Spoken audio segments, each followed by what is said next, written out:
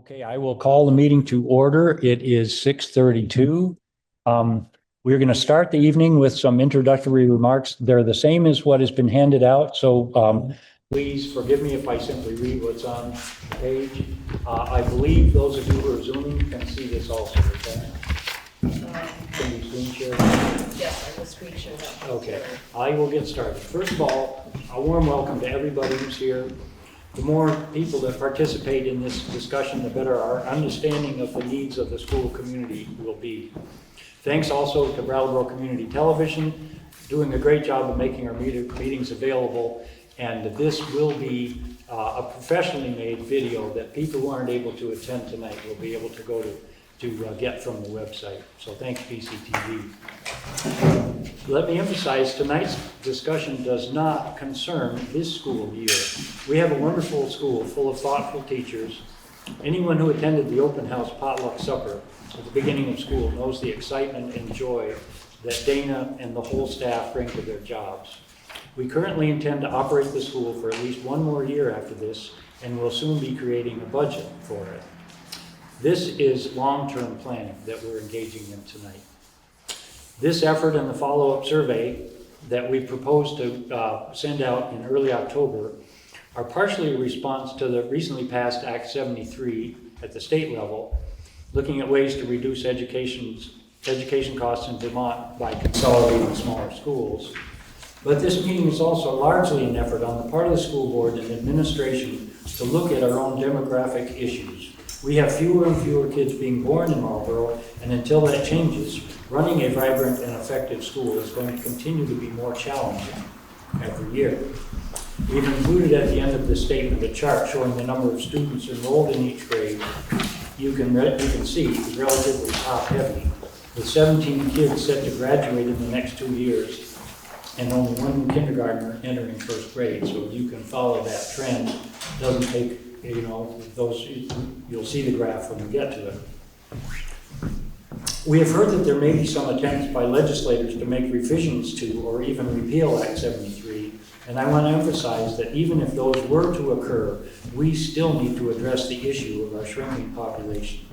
In summary, we want to be able to present to the various task forces who are working under Act 73 our preferences in a proactive way, rather than passively accepting what the state decides should be the fate of our schools.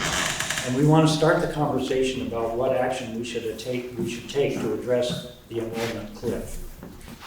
A couple of definitions before we begin. Now, there are people who live and breathe this stuff. Our superintendent is here. Emily Long, our state representative, is here. Dana is here. So they know these definitions, but not everybody does. We are at this point a single independent school district, the Marlboro School District. We operate a school grades pre-K through 8, and we do not operate a school for grades 9 through 12. So we are partially an operating district and partially a non-operating district, paying tuition to go to other schools. We are currently a part of the Windham Central Supervisory Union, WCSU, a collective of individual school districts collaborating for much of the administrative needs of small schools, and with which we have had a long and productive history. This does not necessarily mean that being a part of this supervisory union is the best for our students, or that Windham Central will necessarily be around after Act 73 takes effect, which is why some of the options that we've been looking at include asking the task force to align us with different administrative units nearby, including some other supervisory unions and some other school districts. Please note that nothing may be decided tonight. We're here to look at possible options for our school, make a list of questions that arise, and compile info for the next meeting at 10 a.m. on October 4th. Please also note that on the advice of our lawyer, in order for the polling of the survey that will be done after the October 4th meeting to be as neutral as possible, the board has been advised not to give opinions on any of the options, but to listen to feedback and provide answers to questions as needed. Act 73 is a fast-moving train. We have asked Emily Long, our state rep and also a member of the House Education Committee, to give us a brief glimpse into her opinions about that at the end of tonight's meeting, so that would be very interesting. The fact is that much may change, probably will change, and even if we as a board request certain accommodations, there's no requirement for the task force to provide them or even listen to us. For that reason, these conversations and the survey that we propose, actions taken by the school board after the survey may become moot. We just need to do the best we can. I will soon be turning this over to Linda and Don Furman to facilitate. The school board really appreciates their offer to not only facilitate the meeting, but they've also put in countless hours prepping as well. I need to point out that I sent off an incorrect document and got copies of that printed here this afternoon, and Linda sent out an emergency message about 2 hours ago saying, whoop, sent the wrong one, how can we get the right one printed? So the one that we have, that you have, the 3-pager, is the correct one, so thank you, Linda, for that. Also, thanks to our Representative Emily Long and our Superintendent Bob Tebow. If there are questions arising as to how supervisory unions work, they can answer those as well. Tonight, tonight our goal as a school board is to listen and to keep a list of questions that arise, to which we will find answers where possible. We will not be deciding anything. Please also remember that the purpose of these meetings is advisory. Any and all final decisions will be made by the school board with feedback from the survey. So just a brief look, you can see at the bottom of page 2, a total number of 57 students in the school, but look at, grades 4 through 8 are most of them, honestly. So that's the sort of enrollment cliff that was referred to there. Now on the last page, Act 73 enacted wide sweeping changes to the way school districts are run in Vermont, or will enact. Probably should not say has already enacted, but proposes to enact wide sweeping changes to the way school districts are run in Vermont. A state task force is currently meeting to recommend new redistricting of structures for supervisory unions and school districts. Their report is due December 1st of 2025. The Marlboro School Board would like to respond proactively by providing input to the task force on what this school community thinks should happen to Marlboro School under this new law. The state task force, as I mentioned, will not be bound to this recommendation, but it's our hope that they will take it into consideration in their planning. Again, these 4 options are not meant to be either inclusive or exclusive. They're just 4 of the possible things that we might decide as a community that we want to explore further. They are meant to be as wide-ranging as possible, from 1 to 4, but there are multiple other permutations in between that we may end up with in 2 weeks or a month. So keep that in mind. This is meant to be it's a sketch rather than a document that we have to stick to. And we may talk as we go through the evening. We may modify some of these, but they're good. We felt like they're a good place to start. And I just want to make a couple of personal remarks as well. Many thanks to Andrea, who made this 3-pager clear and concise and understandable in the last 24 hours sometime. So thank you for doing that. Before that, we would have been presenting something that was not as clear and concise.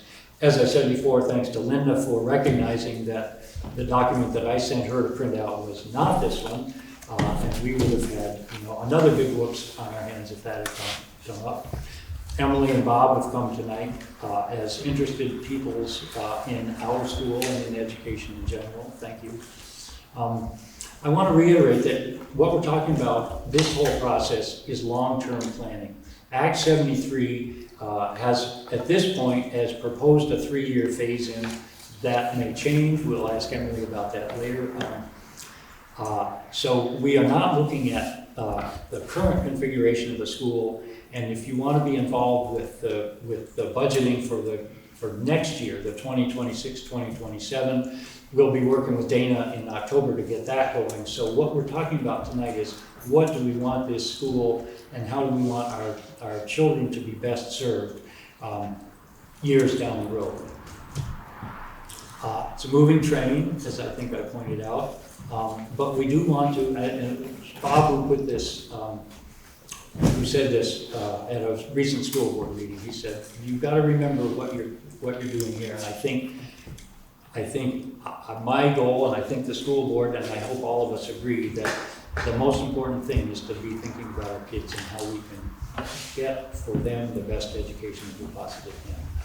So having said that, I am going to turn this over to Don and Linda to facilitate, and I think you can see, I don't know if the agenda has been posted, but basically we propose a brief discussion on each of these four options, and then move on to the next, etc., and then at the end some time to sort of rehash.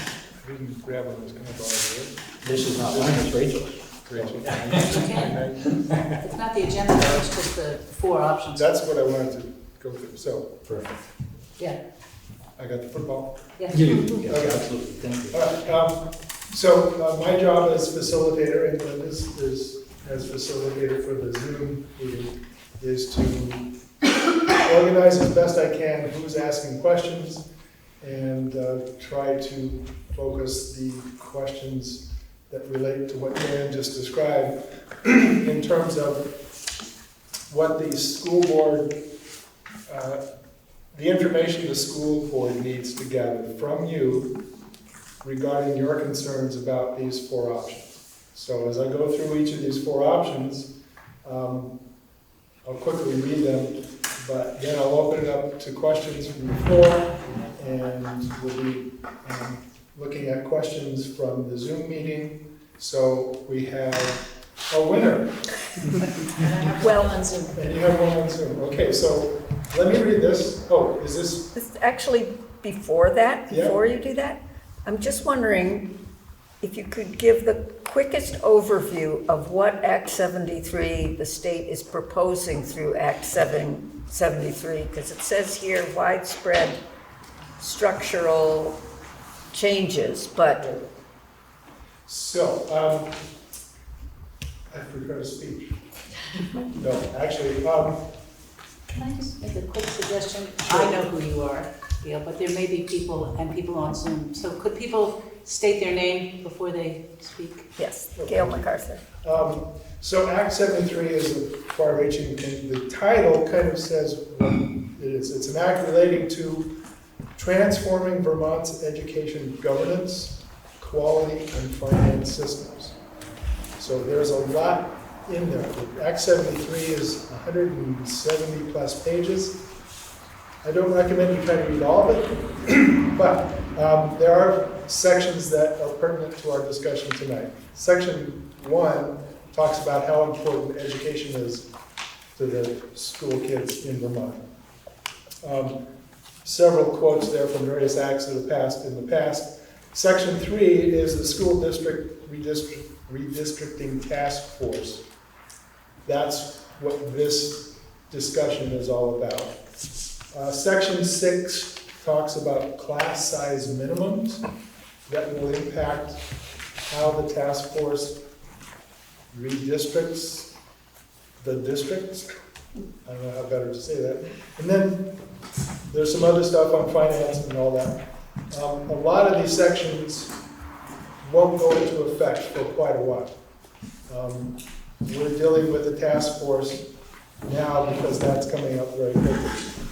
Section 70 of Act 73 talks about effective dates. So if you want to pull up Act 70, it's there at the state Vermont, I don't know what the website is called, but Vermont General Assembly. General Assembly. If you just do a search for Vermont Act 73, those things will pop up in Google and you'll effectively get to the actual text of Act 73. There's also a very good summary that has less legalese and more appropriate language that kind of summarizes what each of the major sections in Act 73 talk about. So the big one, as Dan mentioned, was the report from the task force is due December 1st. So we're kind of on a short fuse here. We've got a lot of stuff to cover relative to the task force and relative to what Marlboro wants to do with respect to Marlboro School. So, Gail, does that answer your question? Yeah. Okay, so We had a question on Zoom. yes, So Tim, if you would please unmute your microphone and state your question. And also, who are you, please? Full name. Or can't hear you yet. You need to unmute. Still waiting. Try unmuting. Stand by. There. There. That's right. There. We can hear you now, Tim. Please state your name and your question. It's Tim Whitney, and I have a couple. One, are you taking questions on what Dan presented in the paper, read in the paper, now at this time, or do you want to wait? well, can you hold that question until the end of this first section? And if we have time, we'll cover it. We want to cover the 4 options, which I haven't read the first option yet, but if it's pertinent to the first option, then go ahead and ask your question. Otherwise, It's pertinent to the red document prior to your taking over. okay, go ahead and ask your question.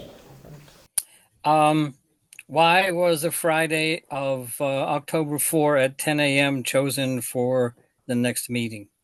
It's a Saturday. It was felt, Tim, that some people can't make evenings, and some people can't make weekends. So I'm hoping that the 4th is a Saturday. We tried to make it such that people who can't do evenings would do the Saturday at 10. Trying to get as many people, access to as many people as possible. Okay, my calendar suggests that it is a Friday. But Saturday, October 4th. It's Saturday. Wrong year. it is Saturday. Okay. Thanks, Tim. And second question: do we have direct lines to the task force, or is there somebody in the middle? We do have a direct line. We can send them whatever we want. We have sent them something already announcing that we were engaging on this, and it shows up on their website, so we know it's gotten there. So I hope that answers your question, Kim. It does. And the last, do you have a list of the people who are on the commission? Yes, task force. Yes. Not with us right now, but Wendy Harrison, who is our state senator, is one member of it, and that's good. We feel good to have some local representation on it. Okay? All right, thank you. That's all I have. Okay, so, Okay, Tim, if you would lower your hand electronically and mute your microphone, please. Thank you. okay, so I'm going to read the first option as shown here. It's that the Marlboro School would remain as it is now. The state is unlikely to allow this under the new redistricting task force of Act 73, and it does not address the enrollment cliff. So are there any questions, either online or in the live audience here, regarding option 1? Yes? My name's Jamie. I'm just wondering, you say that they will not likely to allow that under Act 73. That's when Act 73 is enacted, right? And like, The portion of the redistricting, let me try this again. The redistricting portion of Act 73 will take effect, I think, July 1st, 2026. That means that we will have new districts, and Marlboro School might not be its own district according to what the task force recommends. But remember, the task force is going to recommend up to 3 options to send to the legislature. The legislature can say, yeah, we don't like any of those. In which case, it's back to the drawing board. So the earliest that these task force recommendations could take effect would be July 1st, 2026. Okay? I'll just say, I think they will be noticed by then, but I don't believe, somebody can correct me if I'm wrong, but I don't believe it'll actually take effect until 2028, when the law goes into full effect. It takes time for all of it. It's not operational. The districts don't become operational until July 1st, 2028, which is your fiscal year 2029. Very good. Same answer. So what happens July 1st? I think the expectation that the decisions will be made around new districts at that point in time. Oh, but they won't take There's effect. many other things that also. Okay, Right. thank you. In section 70 of the law, if you're able to Google it at home, says which sections are coming into effect when. They have a whole list. This takes place in 2026. Takes place July 1st, 2027. This comes into effect July 1st, 2028. So you would have to cross-reference them, but it is all there. Okay. Are there any other questions? T. T. Wilson, former school board member. I'm curious whether we have any explanation of the state is unlikely to allow this under Act 73. Is it simply what the law says is completely inconsistent with what Marlboro School is? I think that means, and correct me if I'm wrong, that Marlboro School will not be its own district. We wouldn't need the class size minimums. They're hoping for class size minimums, I believe, I don't remember the number, 15, 20? And with these numbers, in 5 years, we're gonna be lucky to have that in 4 grades. And they also, the class size minimums, they require that you have no more than 2 grades together. So we couldn't do 1, 2, and 3 together, 4, 5, 6 to meet those minimums. They want a maximum of 2 grades together, and you have to meet a minimum number of students per grade. Okay, thank you. The law does say there may be some exceptions to that, but as it's currently written, that's what it is. So there could be someone on the task force that says, yes, we can keep Marlboro like this. But that's asking special permission, and then if we start asking special permission, they may not want to, I don't know what they're going to say, but they may not want to say it because then other towns might ask special permission and so on. So again, you could maybe answer that a little better as to You what. did a great job. Thank you. So there's a lot more detail that might answer questions on section 6 in Act 73, class size minimums. That's going to impact their decision, I think. And I think maybe district size as well. They're looking at, is it supervised reunions of 4,000 to 8,000 students in each, and districts, there's also a similar number, I don't remember exactly, but 4,000. with 57 probably is as close to 4,000 as you would like to see. Okay. I think Gail had a question, and then I have a question online. Okay, No, it Gail? was answered, thanks. Okay, Liz online, if you would please unmute your microphone and share with us your question, state your name. Hi, my name is actually Ollie Brown. I'm on Liz Hottie's account, but my name is Ollie Brown.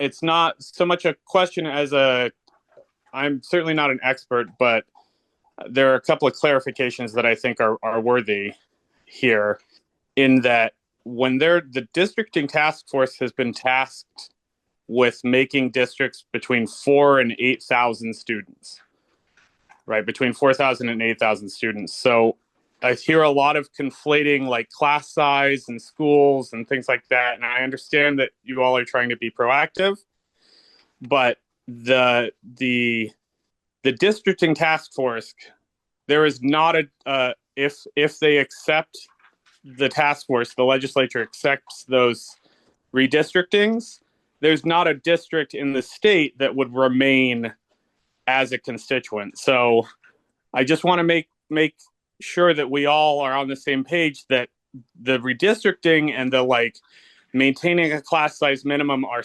sort of, they're a part of the same whole, but they are different things. And that isn't they are not, Marlboro will not remain a district because none of the areas in here will remain a district because it's going to be a district between 4,000 and 8,000 students. Like that's what's the language of the law as it currently stands. Okay, thank you. We need to get to move on. We've allocated 15 minutes. Any last questions? Yes? I would love, my name's Carol Berner. Little context on the enrollment cliff, specific to the school, specific to our part of Vermont, specific to the whole state, demographic. Does the trend continue past the next 2 or 3 years? Just a little sense of the landscape surrounding the enrollment cliff. Can we put you on the spot, Bob? Sure. Yeah, I mean, I think what's happening in Marlboro with the numbers you can see are maybe a little more dramatic than some of the other districts, at least in RSU, but the trend is the same, and it's the same statewide. The number of students in Vermont versus 10 years ago is dramatically less. And so that's really it's a statewide theme. I think Southern Vermont, and particularly Southeastern Vermont, our region, is us and the Northeast Kingdom are the two worst as far as that goes. And there's a lot of factors, the economics of the area, the housing availability, those kinds of things. But yeah. And if one could look past school age to 0 to 1 year olds, trend continues. Similar trend, yeah. Okay. This actually is a nationwide enrollment cliff that began in around 2010 and is continuing. It's a trend that's been continuing for the last 15 years.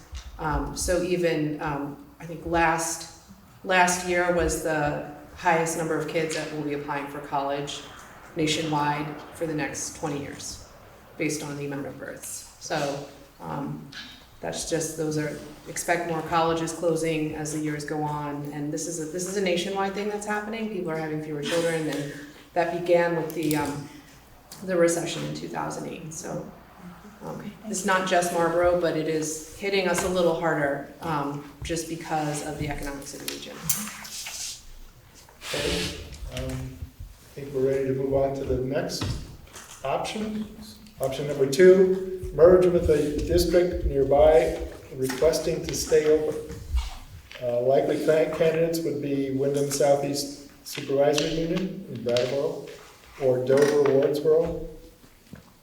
Our school board would disband, but we would gain a seat on their school board, allowing us to have a voice.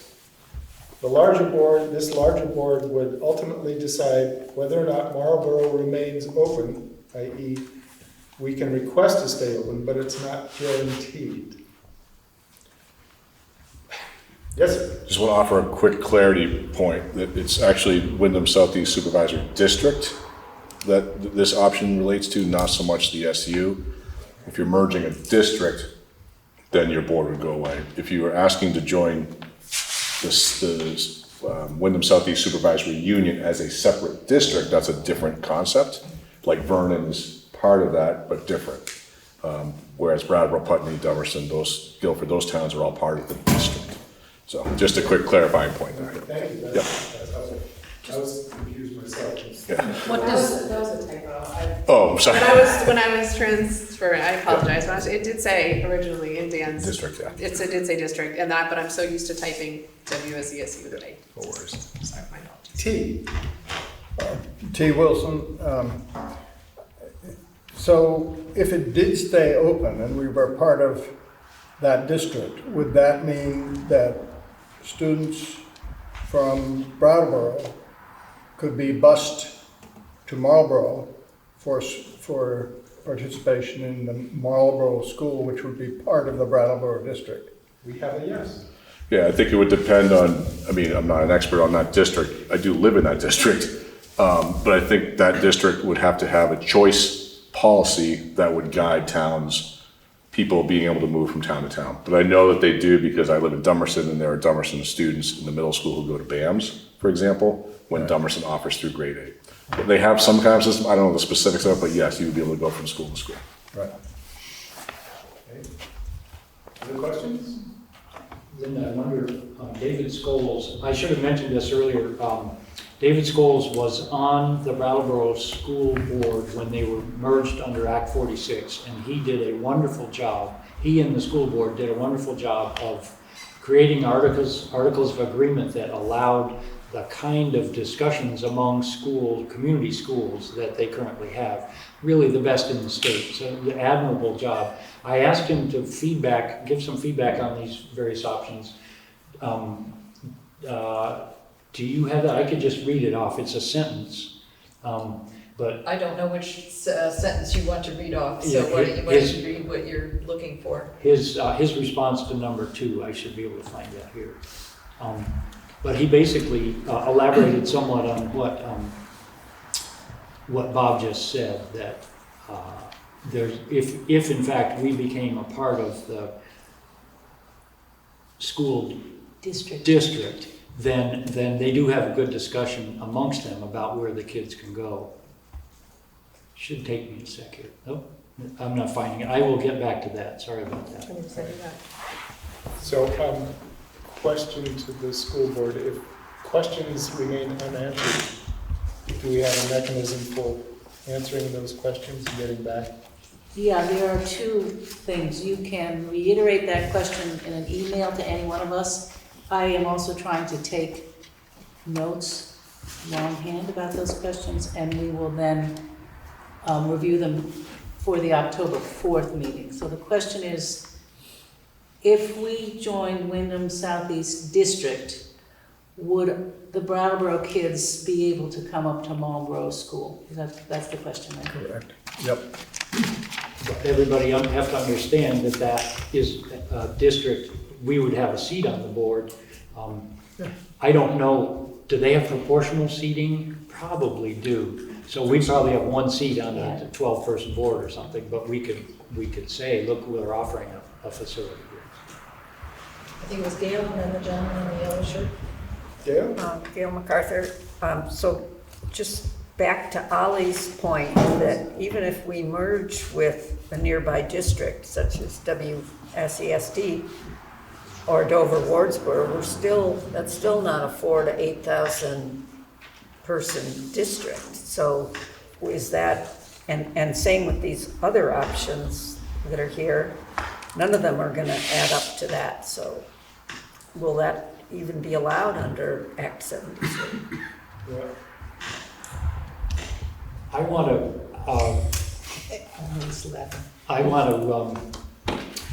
I guess, just speak from my own personal involvement here, is that I think rather than doing what we're doing because of a fear factor, I think we should be doing it with a hope factor.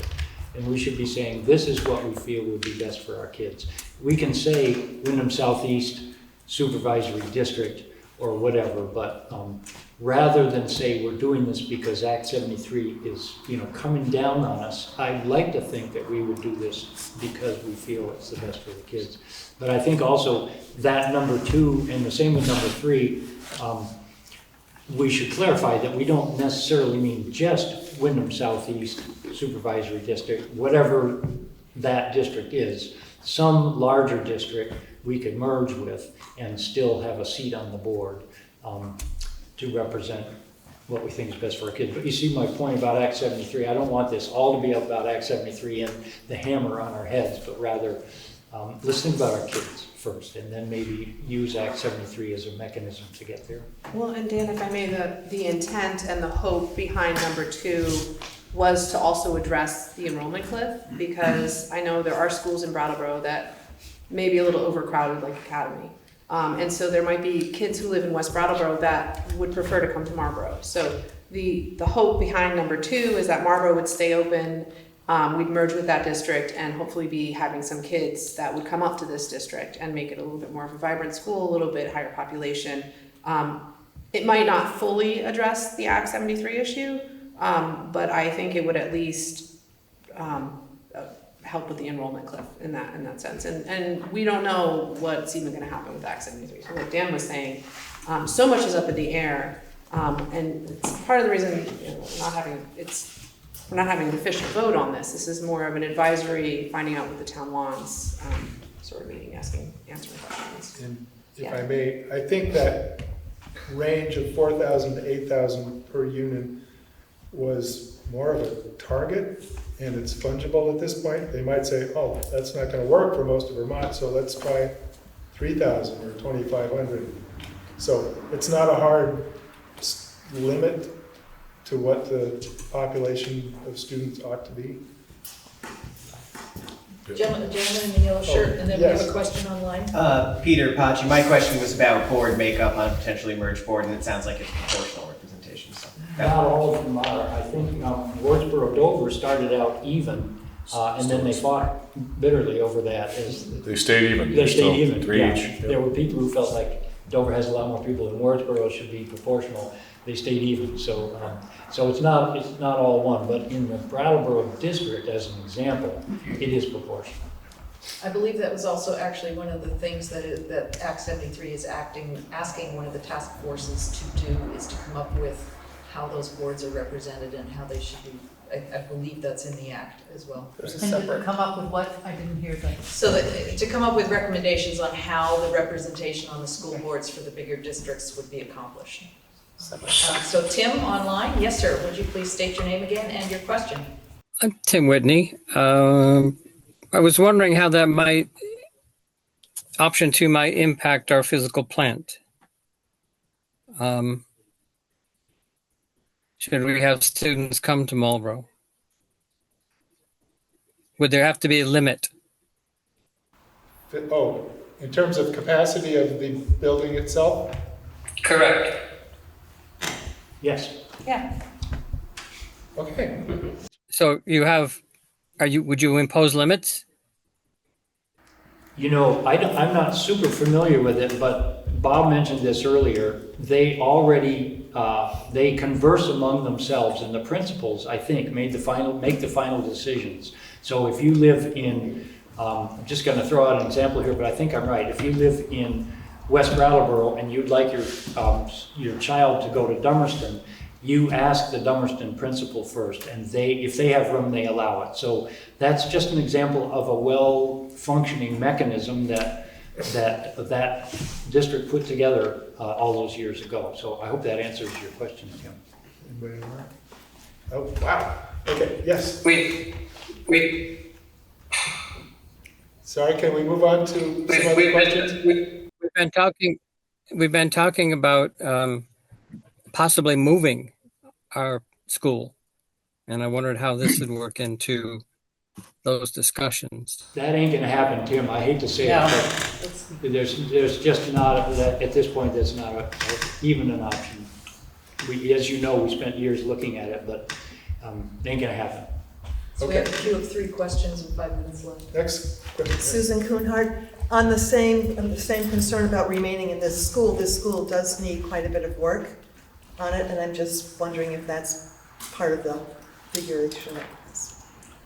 So I would think maybe before we get done, let's ask Emily to talk about, we're not the only school. In fact, there are very few schools that don't need gobs of work. So no matter where kids go, there's going to need to be money coming from somewhere to fix them up. Yeah, okay. Yes? I'm Robin MacArthur. Number 2 sounds great to me, but in order for this school to stay open, Brattleboro schools and the other schools within that district would have to be above capacity. They would need students to go elsewhere. So are Brattleboro schools overflowing, or are they under capacity? Do they need another place to send students? We can certainly find that out. I've heard rumors, I don't know the actual answer, so I probably shouldn't speak about rumors, but I've heard rumors that there are schools in Brattleboro that are full. I don't know. I think we should Academy, yeah. So find that out. there's Yeah, other people in the we crowd will. that have also heard that rumor, but we can get the actual, talk to somebody. In fact, what we can do is we can find that capacity for other schools as we look out. You know, the Newfane Brookline School is only a few miles from the Marlboro border, Dover School. So we'll try to find capacity as of right now. It doesn't mean it'll be the same in 3 years, but we can at least find those for now. Yeah, and a quick follow-up question to those points, and I realized, Tyler Gibbons, I'm the note taker. I I realize it's getting in the weeds a little bit, but if we joined a district, then would ownership of, like actual ownership of the building change, and then the town of Marlborough would not necessarily be solely responsible for trying to fund the massive improvements. It would be a collection of towns or, you know, whoever made up the district. Is that the case, or? Probably, I mean, Yes. Yes, folks are nodding. Debt and asset has to be combined in some form or other, so there will be. And that would be a real selling point, wouldn't it? It's yours. Francie? Yeah, so Francie Marbury, and this is just in, for option 2, I'm just curious that Wyndham Southwest isn't included as one of the options, and I'm just, you know, I know these are just suggestions, but was there a reason that you all didn't include? you know. For those of us I who live in West Marlborough, Yeah. you know, very close to. think to answer that, we were just trying to give a simple example that we could Okay. point to, but That's fine. obviously the same discussion would take place with any sort of merging into another district nearby, including Dover, Wardsboro, or Wyndham, or Wilmington, Whiteham, et cetera. I think the logic of not including it here was that Dover Wardsboro only operates up through grade 8. So we'd still keep choice in high school, and the vast majority of kids in Marlborough that go to a public school are going to the UHS. Or the careers. Sorry, the vast majority of kids that are in Marlborough are going to be UHS, to Brattleboro, and as a way, it's just predominantly, I mean, there are kids who choose to go west, but by and large, I mean, it's mostly the UHS. Okay. I think that was the logic behind it. One more question? Did David? No? Jamie? Jamie Schilling, I just have a comment when we're talking about accepting other students into this school, that it's important to know that this school building is not ADA compliant, and that it limits who we are able to accept into this building. And we have VCBs in Florida. So it's every school. Okay, so let's, any online comments? Nope. So moving on to option 3, merge with a district nearby requesting to close Marlborough School. The same likely candidates, merger candidates as in option 2 above, same board level representation. We would not have full say over whether or not Marlborough School closes. We would likely not have a say over which school an individual student goes to. Elementary school choice depends on enrollment. And of course, transportation can be troublesome. Are there any questions regarding option number 3? Okay, in the back. Hillary, and I was just wondering about what happens with our buses in that sort of scenario. Would we be able to maybe keep our buses and develop some sort of transportation routes that would accommodate our needs? Right now, some school districts own buses. For example, Dover owns their own buses. Marlborough owns our own buses. Brattleboro does not. They sub that all out. So, yeah, interesting question. And are there any districts that meld the two together, Bob? Well, what I was going to say is if you're joining another district, the school buses would actually become property of the new district. Oh. And so all assets and all debts become property of the new entity that's been formed. And so that district, with your board representation, would determine how to use those buses. Okay. That helps clarify that, I think. Is there any example of a, you know, a town like ours whose buses were part of a merger that then the buses keep being used as transportation primarily for that community's kids? I mean, in my vast 2 years and 2 months as a superintendent, I don't know any. Yeah. But there probably are, I'm guessing, I just don't know. Okay. I think Dover, River Valley, which is Dover and Wardsboro, might be an example because they were merged under Act 46. That's And true. they still own and operate their own buses. They belonged to Dover before, now they belong to that merged. And the Wardsboro, that's actually a good point, because the Wardsboro side actually farms it out to a private company. So half of the district uses a private company and the other half uses buses owned by the district. So I guess that actually is a great example. Sorry, I didn't think of that. It's my own SU, I should. 2 years. I'm sorry, 2 years. T. Wilson, I just wanted to check whether I'm understanding the differences between 2 and 3.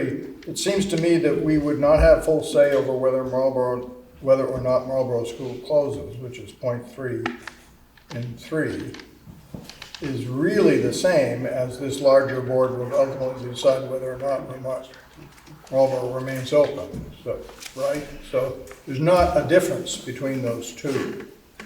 Well, on let's that see. point. I think when number 3 was originally formulated, it was to merge into a supervisory union. So numbers 2 and 3 got mixed up a little bit because as we discussed in number 2, if we became a member of Windham Southeast School District, then we've just discussed that. But if under number 3, if it said there, which it should, that we would merge into a supervisory union nearby, then we would use, that's the Vernon example that that might be illustrative there. We could ask to be merged into Windham Southeast Supervisory Union as a district which would either would probably close its elementary school, but might maintain the option for our high school kids to be able to go to Leland and Gray or to Brattleboro or whatever, which is what we currently have. So that, I think we should work on the wording of that so that the differentiation there is between merging into a school district and merging into a supervisory union a la Vernon.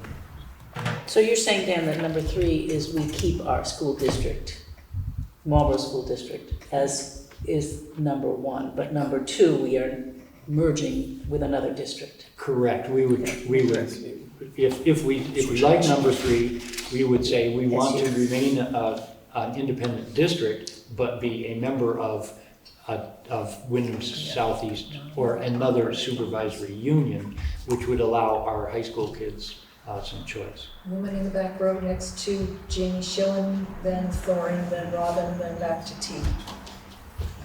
Sorry. So lady in the back row, sitting next to Jamie Schilling, who had a question? Oh, no, I'm just putting my hand on my head. Okay, sorry, Thorin, I think you were next. No, then Robin. Robin? So following up on Hillary's question about busing, what are the laws around busing? Will whatever district is in this town, will they be obligated to provide transportation to students to whatever school they attend, whether that's Brattleboro or Guilford or Dover? You guys are laughing. Well, I mean, it's an interesting question because actually statutorily, there's no obligation to transport. No district has the obligation legally to transport. However, I don't believe, and maybe Emily knows, I don't believe there's a single district in the state that does not transport. But when it comes down to who's responsible for it, is when you have districts, is it the district where the kids are coming from if they're non-operating, or is it the receiving district that's taking their money? They do it differently. Stratton, for example, is a non-operating. They have an arrangement where Burton sends a bus, and they pay Burton a little bit of money to send the bus towards Stratton, and the Stratton kids who are going to Burton can't get on it. So like there's some kind of an incentive there for Burton to get the kids, but it's not full price. So everybody does it a little bit differently, I think is the best way to say that. T was next. I think I figured out the answer.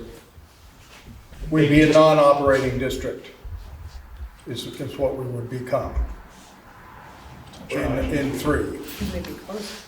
If we did 3, we would be a non-operating district because we wouldn't have enough people in our district to run a school. Right, but we would be part of a larger supervisory union. And Stratton's actually a good example of that. They are currently that, a non-operating district within a supervisory union.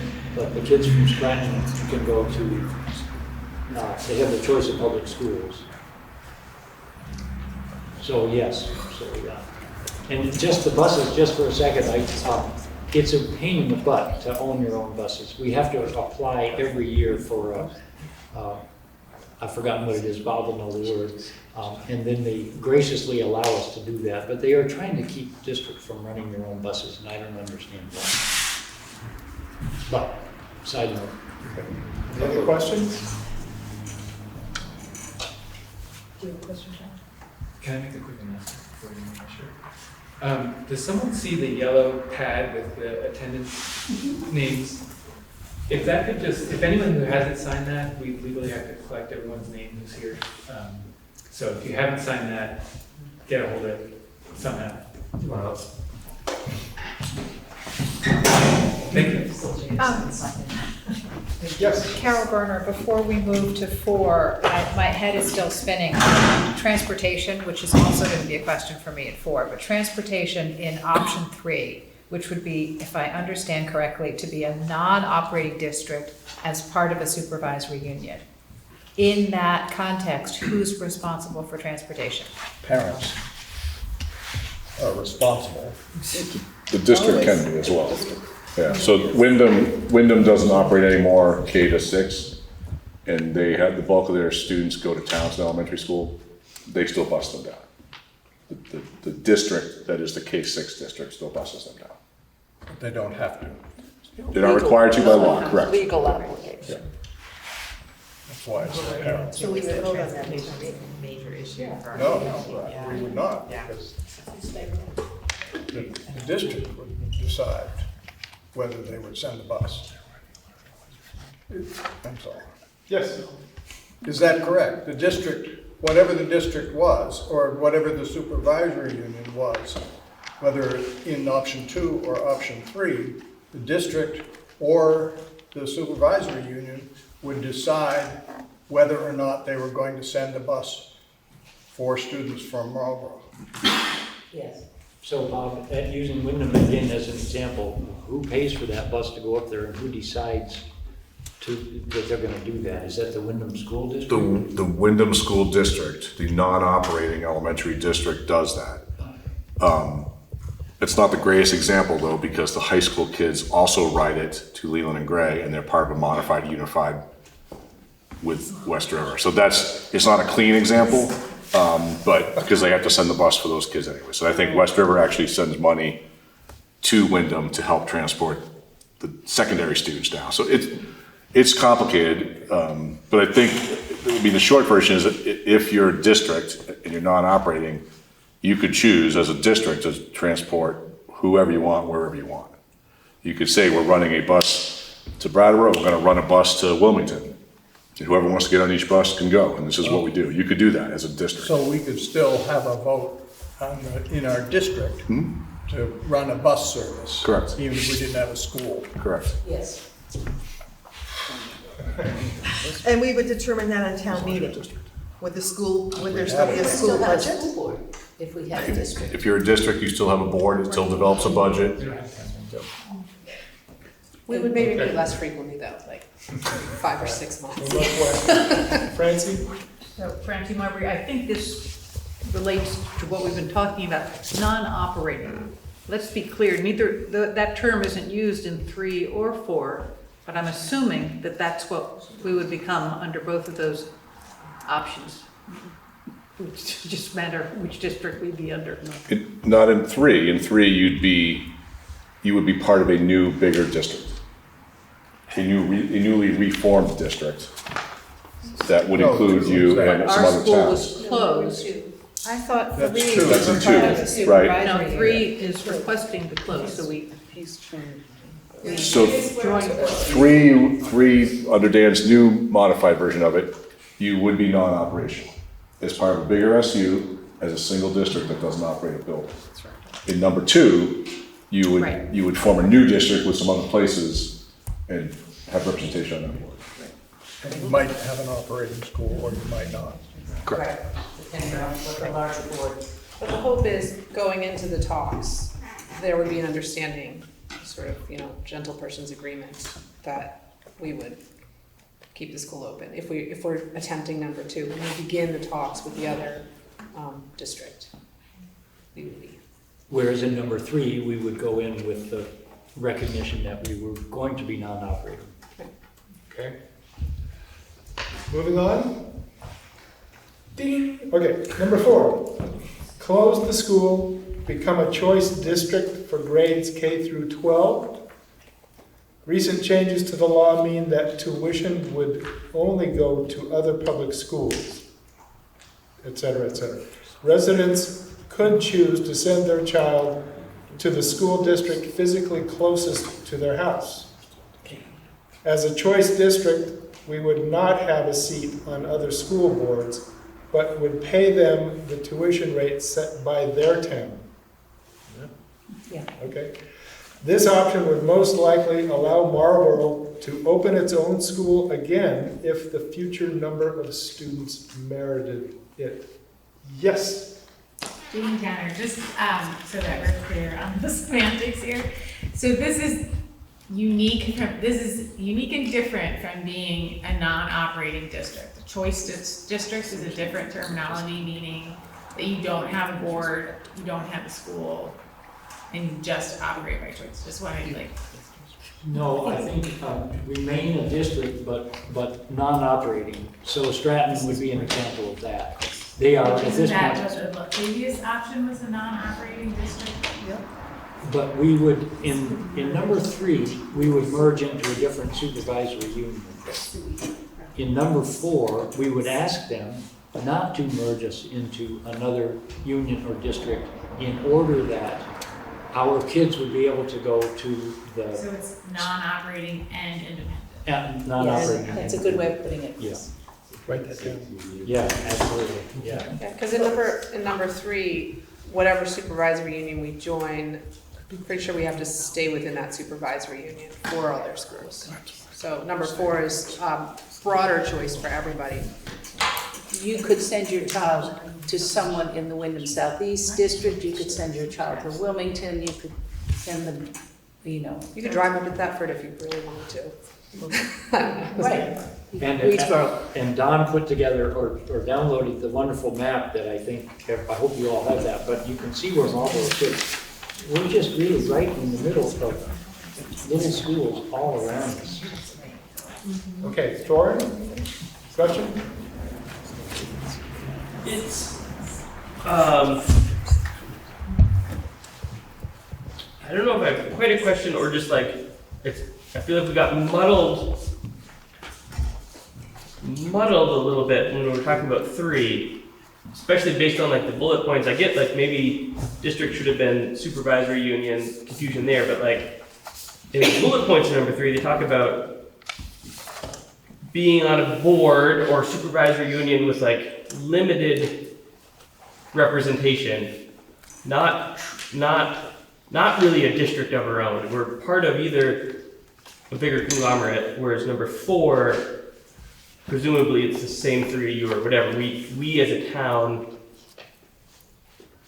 are still fully into operating as a unit, right? And so I feel like some of the discussion about the number 3 bullet point started to kind of blend into my understanding of number 4.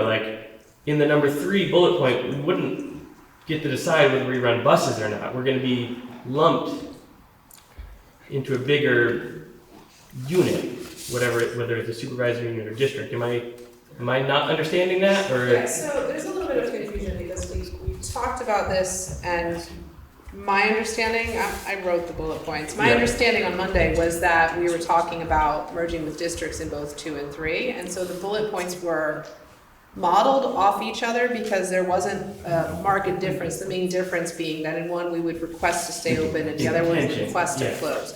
So this merging with a different supervisory union should really be a separate bullet point because it's not how it was intended to be presented. But happy to have that discussion, but the bullet points are not going to match because that wasn't. Yeah, and so I misunderstood the assignment. What we're talking about in this room, because this is different. These cleaned up ones that you wrote up still are very close to what was presented a few weeks ago, which is different than what we were talking about in this room right now, of 3 and 4 continuing to be an independent district. And it seems like if the only difference is in a district amongst a supervisory union, is there such thing as a district that functions not part of a supervisory union? But like, does that exist in this state? I know that we're like talking about it as a hypothetical, but There are single districts, larger typically districts in the state, but that are not lumped into supervisory districts. Right. And is that even a remote possibility in this environment of consolidation? Like, So, like Springfield is a supervisory district. It's a pre-K to 12, one town, one thing, right? 4 schools. It's required for districts to, if you're a school district, to be part of a supervisory union. And if there is, I think, other than Springfield, there are other smaller districts that became supervisory districts. I think Lincoln might be one of them. That is similar, right? It's not K-12, it's K something, 6 or 8, and they have, It's its own supervisor. and it's its own supervisory unit, its own superintendent, its own business office, the whole 9 yards. Those kind of moves require approval from the State Board of Ed. And with all of this moving around right now, that's probably unlikely. Or at least until things sugar down, we know where it's gonna be, and then maybe the State Board of Ed will make other adjustments, but it's probably unlikely. To me, what number 4 looks like is Marlboro becomes Stratton. Similar to Stratton. You're just still part of the supervisory union. Stratton is part of WCSU, but it doesn't operate a building at all. It's choice K to 12. And does not have membership on the SUs. It has membership on the SU board. It does. Yeah, it has 1 seat on the SU board. Non-operating gets Because, 1 seat. yep. So maybe, Norm, in order to make it either more or less confusing, depending on which way this works, certainly a bullet point there could be that the request would be to be merged into a supervisory union that included all of the towns around Marlboro rather than just Wyndham Southeast or Wyndham Southwest, which would limit the ability of our kids to go to those schools. Are you talking about 3 or 4? 4. Maybe we're talking about 5. Yeah, 5, yeah, exactly. Jamie Schilling, T, and then. Okay, Jamie? So on bullet point, I have 2 points to make on this, on number 4. One is the bullet point number 3 says tuition rate set by their town, but it's my understanding that Act 73 changes tuition rates so that that would actually be the tuition rate that is set by the state. And then my understanding of Act 73 is that it doesn't allow for this type of school choice for a town like Stratton or for this model. And so I'm just wondering if you have information about Act 73 where this type of choice could exist under the limitations set by Act 73. Well, so what happened with Act 73 is it limited, it put further limitations on where public money can go. Right. And so if you're non-operating, let's set aside the actual tuition stuff for a second and come back to what the rate would be. That's, right now it will be it's set by districts, but later on it would be based on this other thing. But the schools that you could go to, if you have choice, are determined by a formula that Act 73 set up, and there are 18 independent schools, independent approved schools, in addition to any public school. And that list is on the AOE website, so people can see that list. There's only the ones that apply. So if you've had students here that have gone to, for example, the Putney School, that they are not on the list, or Vermont Academy is not on the list. But Stratton Mountain School, Burn, yeah, places like that are bigger are on the list. So that change goes into effect this right now. Right now. Yep. Right, and so when we're talking about the redistricting of the state, I didn't see anything in Act 73 that would say that a town or a school board could just have choice as an option. I think it depends on where Act 73 ends up.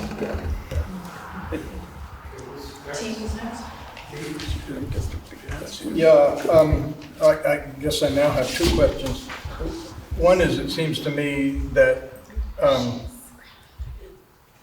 I think I understand that 4 is choice, but only choice amongst public schools. It's not choice as it was. And it would be ones within driving distance.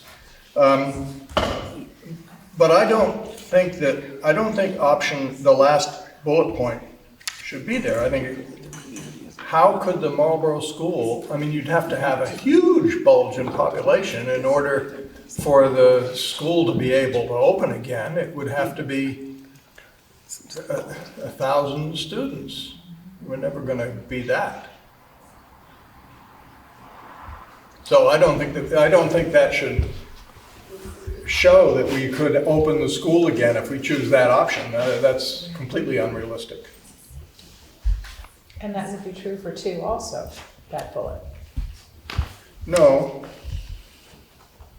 Anyway, sorry. It's stale. If we were part of If a we were larger part of the district, that could accept students from other schools in the district, we could stay open if enough people wanted to come to Marlboro. but as a small district with the numbers that they're throwing around now, It doesn't won't. seem likely. No, it's not likely, but Yeah. The lady in the cap with the red scarf and then the gentleman in the yellow shirt. Yes. I guess for me, from a practical standpoint as a parent, the difference between 3 and 4 is support as a parent and access to transportation and a say in what goes on in the school that my children attend. Is that pretty, if I boil it right down? So number 4, I no longer would have a voice in the district. I would also not have, for sure not have access to transportation for my students to whatever school I choose to send them to. But in number 3, there is the potential, if everyone is feeling generous and and able to offer some sort of transportation from this community into other spaces. That's like the practical difference between those two. Is that what I'm understanding? The other practical difference is that. But in the second one, you have school choice, and you can send them to any school. Yeah. The Vernon, Guilford, Dover, Halifax, Newfane, Academy, etc. But does that mean that our town will then possibly be able to be in a position to broker access to transportation into those other districts? So in the second choice, we're picking a district to join. So we might join Brattleboro, and we could potentially go to Guilford, Dummerston, Putney, Brattleboro. But in the fourth one, if you lived in Western Marlboro, you could send your kid to Townsend, and somebody who lived, further east could send their child to Academy. So the difference is, with 2, we're picking a district, and we're stuck. I'm talking about between 3 and 4. Oh, between 3 and 4. Yeah, 3 and 4. So in 4, there's not really a voice at the table to get access to busing or carpooling or the mover, for that matter, anymore, maybe. And in number 3, there's still the potential, there's no guarantee, but there's the potential to still have access to transportation. Does number 3 keep open the option to choose east versus west? Because I wasn't clear on that. I didn't know if joining. Yes. Because if we joined the Brattleboro, if we joined the Wyndham Southeast, I thought we couldn't have choice for high school because we would have to go. Is that not true? I thought the kids would have to go to Brattleboro. Right, we'd have to be. So you couldn't choose to go to Twin Valley or Wheeling and Gray. Thank you. But that's I think, Kate, something that we can look into. Is it going to be possible 3-5 years from now for a district to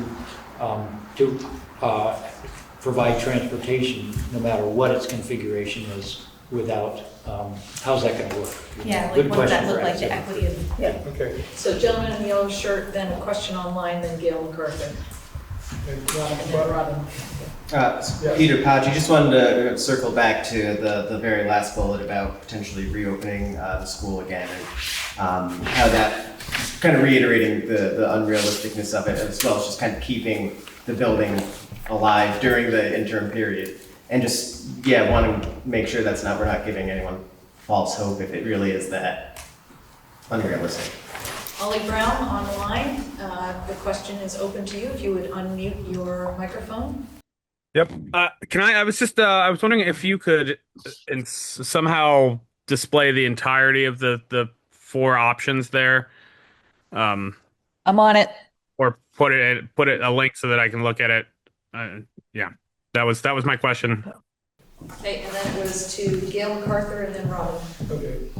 Just as far as transportation, I don't think that 4 precludes the Marlboro School District providing transportation. Maintaining our buses. Marlboro would still be a choice district according to that, and they could decide to send a bus to a couple of different schools, if they so chose. Because we own our own buses. But would we continue to own our own buses in that model? Yes. Under 4, we're not merging with anything, Okay, so alright. we would sort of, everything would stay as it is, and we'd have to figure out what to do with the buildings. I just want to step back. I guess this is a question for you, Emily. I see we're going to have a major shift in demographics in the next 10 to 15 years as the boomers in this room age out of their houses, and the boomers in Vermont are using up most of the housing. And so what is has the legislature done research into what that will do for schools in small towns? I see a real potential for us to have, as climate change, migration shifts, Vermont is going to be a destination for people, and we're going to have a lot more housing. What's the potential of having a lot more younger families in these small towns in the next 15 to 20 years? So I'm going to go back to what you heard the board say in the beginning, which is this is a national issue. Yes, we could see, the legislature has looked at that, and in fact, if anybody was paying attention to the news today, the governor just came out with an executive order trying to increase the number of housing units by easing some of the regulations. We're going to be looking at that in the legislature, whether that's appropriate or not, but it shows you how very serious we are about trying to make sure that Vermonters and working families have access to housing, which they don't today. And we see, I think you've all heard, recently we just heard some reports coming out that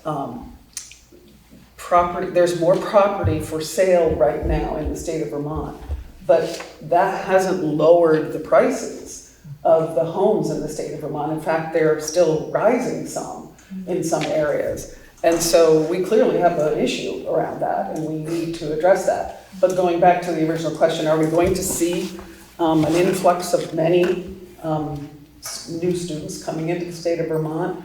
We're not big enough to see that happen, even if we did have climate migration. And frankly, we've had that conversation about climate migration because there was a little bit of that. We saw a little bit of that happening at one point. But again, our state is small enough that we're probably not going to see significant enough numbers. That's part of the reason, the impetus behind Act 73, the original push to do this anyway, because we have seen our peak. And we've gone down, and the future predictions are to level out but not to go up. And that's all we can predict right today. Okay, we've got time for 2 more questions. I think it'd be interesting I don't know if it'd be easy to pull up these numbers, but like what is the static cost of, if the school is to close, but the 3 of you, the school board owned the building, what is the static cost of keeping this building existing so that we don't end up with a, $30 million demo project in 10 years? Maybe we can rent it out as like short-term housing or. Well, but like Airbnb. And so, Duly noted. Seriously, there could be some kind of exploration of like alternate uses for the building, although there probably would be renovations that needed to happen. So that's a project for once we know what's happening. Okay. T? This is sort of off the track a bit, but I want to respond to the question of, to the issue of housing in the state, because I've served on the Low-Income Housing Rehabilitation Committee in this town for more years than I can remember. And I think that every single time that we talk about affordability of housing, we should be talking about income, not the affordability of the house. It costs something to build a house. We are not in a society where enough people make enough money to buy the house that they need. And we should never talk about housing without talking about income. Thank you. Closing remarks. Is that number 5? I said it was off track. I think economic development of Marlboro is something that's been rattling around Right. Yeah. various, and they're all tied. This is not a singular thing that can be taken out of. It's all not going to happen in Vermont alone. It's got to happen nationally. Dana. Dana Gordon, VC. This is not a question, but just a reminder. It was mentioned at the beginning, and I think it's important to remember we have a beautiful, functioning, vibrant school here now, and we know we will have that same thing next year. It might look different when we talk about budgets and all of that, but I think that it's really important to keep that in the conversation, especially among ourselves, but in the community and for our kids, because the things we talk about trickle down to their ears, and what they hear is that our school is cooked now, right? And it's not. And so this is just sort of my plea and reminder that this is a beautiful, active, vibrant, and special place, and it will continue to be for as long as it can be. Thank you. 10 minutes left. Are there closing remarks? I'm hoping to put Emily Long on the spot a little bit, because we've agreed, I think, we're not, Act 73 is not driving this conversation, but we can also need to be realistic, like Peter was pointing out, and Ollie was pointing out perhaps. What are your thoughts, Emily, about what does it look like from a legislator's perspective? So Act 73, you guys have all, what you just had a conversation about tonight is exactly what's happening all over the state right now. I think it's really important to recognize that Act 73 is a work in progress, and even much of what you've discussed and on this options sheet will be informed by the district boundary task force that's in place and the report that comes out on December 1st. But even if they come out with up to 3 proposals, which is what the law asks them to do, and it's possible they won't. I mean, the law asks them to do that, but I want to make sure that everybody understands that we've had task forces in the past not complete their work, or say this is impossible, or they need to extend their deadline because they've been asking for a lot of data and they haven't received the data they need to base their decisions on. But if they do come out with 3 proposals, one which is at least one, which would be SUs, that is only recommendation to the legislature. And the legislature could choose to not accept any of those recommendations. And the reason I say that, I'm not anticipating any of those things to happen, but the reason I say that is because every year when we go back to Montpelier, whether it's a new biennium or in the middle of a biennium like we are right now, the legislature can change their mind or make new decisions or add on or take away. And I think this law is incredibly comprehensive, and it's been driven by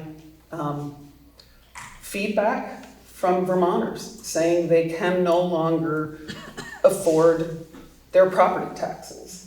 Does that mean this is the answer? I have to be right up front with everyone. I voted for this bill when it came out of the House Education Committee because I thought there were many things in the version that came out of the House Education Committee that were going to take us in the direction that would help my constituents and the students that are in my district. But I didn't vote for it later because it changed significantly from the time it left the House Education Committee and the House. And it changed even after the Senate version. And so I bring that up because it's, like I said, it's in flux. There's a lot of things that are in flux about this law. But there is a need for change, and we know that. What is best for Vermonters? I'm going to share with you what I have asked both Wendy, who's on the district boundary task force, Senator Wendy Harrison, who's the only person, by the way, on the task force from southern Vermont at all. And so I'm grateful she's there, as Dan mentioned earlier. And I asked Rebecca Holcomb, who's a former Secretary of Education, who is a member of the House Ways and Means Committee, who I have connections with for many years on the education front. As you all know, I've been on my own school board and still am, and have been for over 30 years now. So I asked both of them, if nothing else, when you're going forward with your work, please put students first. Because that's a conversation that I kept having a hard time, even in the education committee, when we were having conversations leading up to a bill. It was always more about where the lines are drawn and dollars and cents, and not about opportunities for kids and how are we going to improve the educational opportunities for kids. And the other thing, I asked them to do that, and they both agreed they would do that, and I think they have, and I've stayed in touch with them. The other thing that I think is just super important for us to remember is there's a shift going on, as you all know, in this country and in the world, frankly. And public education is a critical part of our future and our democracy. And I don't believe we are standing up strongly enough in support of a high quality, accessible public education system. And I have been repeating that over and over again, and I'm going to repeat it even stronger when I go back in Montpelier. I think we should start every conversation with how does this help strengthen public education and our democracy? And so I want to just say those things are really important to me as your representative. I am so grateful to be here and listening to this very engaged group of people in this very engaged community. And I hope everybody is doing the same thing everywhere, because you're here fighting for your kids and for your community, and I'm going to keep doing that too. But this is going to be really challenging.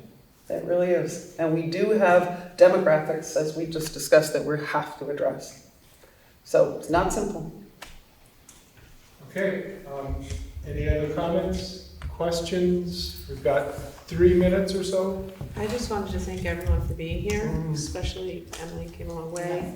And also, just if anyone has any questions or anyone that couldn't be here and they would like to make a statement to be read at the October 4th meeting, you can email one or all of us on the school board, and we're happy to read your statement and hopefully answer your questions. We're going to try to answer the questions that were asked that we didn't know the answer to.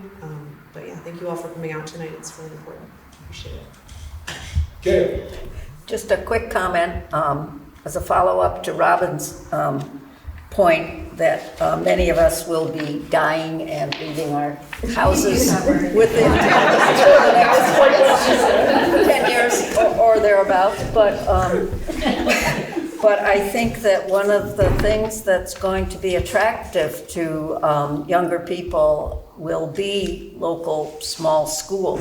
If they're going to move into these communities, having a strong local school is going to be an important piece of that. Yeah, I just wanted to say, our children is the community's children. It's not just parents who are here. And I voted for education long before I had children, and I still have children, but they're not in school anymore, thank goodness. It's very important, I think, to keep that in mind. Having the children well educated is what's going to make an economy that draws people back to Vermont, and nothing else will. Sure. Sorry, Don, sorry. So I know we're not voting here tonight, but the one thing that occurs to me about option 2 is something that has come up again and again over the years, is that, Marlborough has a sense of itself as a school, as a kind of education that we value, student engagement, experiential learning. I could go on with all the buzzwords, and that option 2 would give the school or the town an opportunity to present itself and to encourage students from other districts that, we were in the district we were merging with. So I see that as an advantage. Are there any comments from online? No? I just want to say, we've had as many as 23 participants on the Zoom call and the room full of people here, so thanks so much to everybody for being part of this. The people who've come the farthest included in that, but to everybody as well, and to Don and Linda for keeping me on track. Thank you. Can I also just add one thing at the end here? Of course. That you, as a board, you as a SU, and all of you as a community, I hope you will make sure you reach out to me as well, because I am sitting on the education committee. When we go back, we don't work when we're not in we work when we're in session. We don't make decisions when we're not in session. But in January, I want to have my feet underneath me to be prepared to go straight forward with the next phase of whatever we're going to be facing when we go back in January. And your feedback is really important. So feel free to reach out. There were a lot of things I could have added to the conversation that was going on here tonight. I was keeping my mouth shut. So just clarity. The last comments? Should we close the meeting? I'm gonna. I will ask for a motion to adjourn. So moved. Do I hear a second? Further conversation on that note? No, there's no. No, you're not supposed to. Okay, all those in favor signify by saying aye. Aye. Meeting is adjourned. Thanks very much. Thank you all. Thank you all. Because,